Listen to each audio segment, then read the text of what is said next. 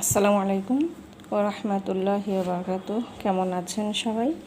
তো আল্লাহর কাছে দোয়া করছি সবাই ভালো সুস্থ থাকুন এবং আল্লাহ পাক যেন আমাদের সবাইকে হেফাজতে রাখার তৌফিক দান করে, এই দোয়াই করছি। আপনাদের দোয়া আমিও ভালো আছি আলহামদুলিল্লাহ, আল্লাহর কাছে শুকরিয়া জানাচ্ছি। তো আজকে আমি আপনাদের সামনে হাজির হয়েছি আমি লাউ কেটে নিয়েছি। তো এখানে আমি একটা দেশি মুরগির চামড়া নিয়েছি, পা, গিলা, মাথা সব কিছু দিয়ে আমি লাউটা একটু ঝোল রান্না করব। তো চলুন রান্না করা যাক। তো আমি লাউয়ের মধ্যে মসুর ডালও দিব। তা মসুর ডাল, লাউ এবং দেশি মুরগির চামড়া দিয়ে রান্না করব। তো আমি চুলাতে কড়াই বসাই দিলাম।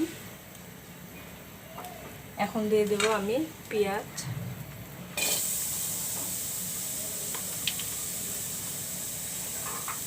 দিয়ে দিচ্ছি সরিষা তেল,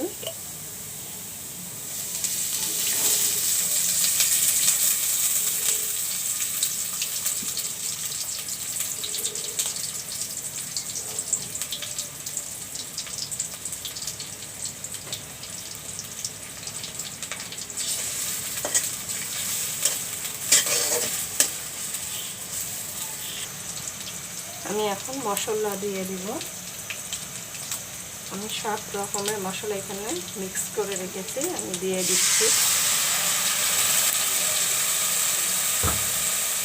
আদা, রসুন, শুকনো মরিচ, গুঁড়া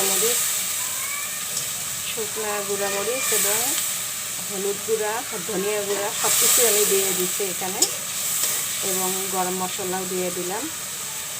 একটু মশলাটা কষিয়ে নেব।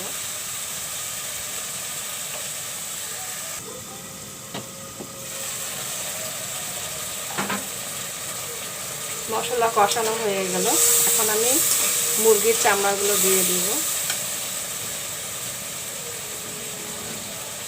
চামড়া দিয়ে দিচ্ছি।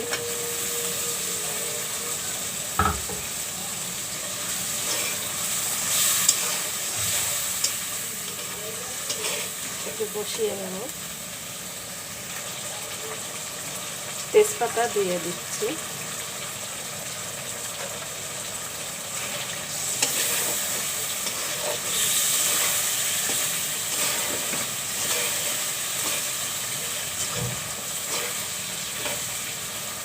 এখন আমি একটু ঢেকে দিব।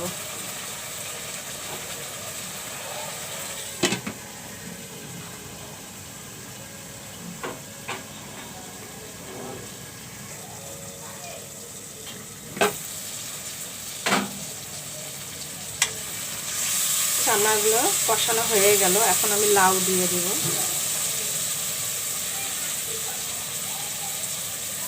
লাউ দিয়ে দিচ্ছি।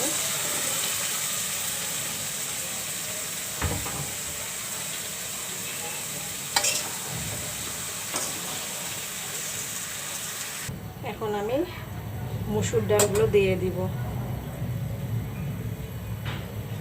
মসুর ডালগুলো দিয়ে দিচ্ছি।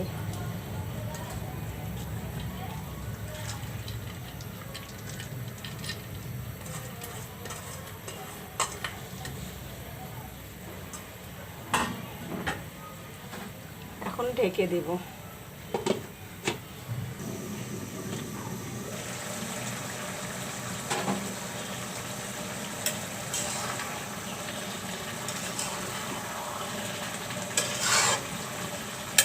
মসুর ডালগুলো প্রায় সিদ্ধ হয়ে আসছে, আরও হবে।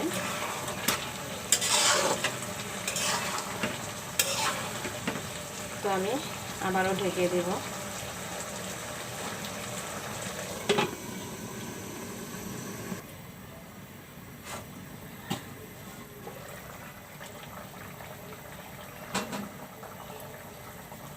এখন লাউ তরকারিটা হয়ে গেল মসুর ডাল, মুরগির চামড়া দিয়ে। এখন আমি ধনিয়া পাতা দেব, দিয়ে নামিয়ে ফেলবো।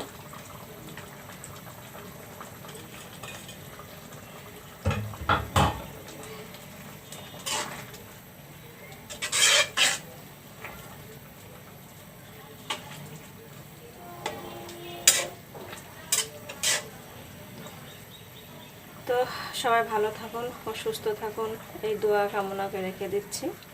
আসসালামু আলাইকুম ওয়া রাহমাতুল্লাহি ওয়া বারাকাতুহু।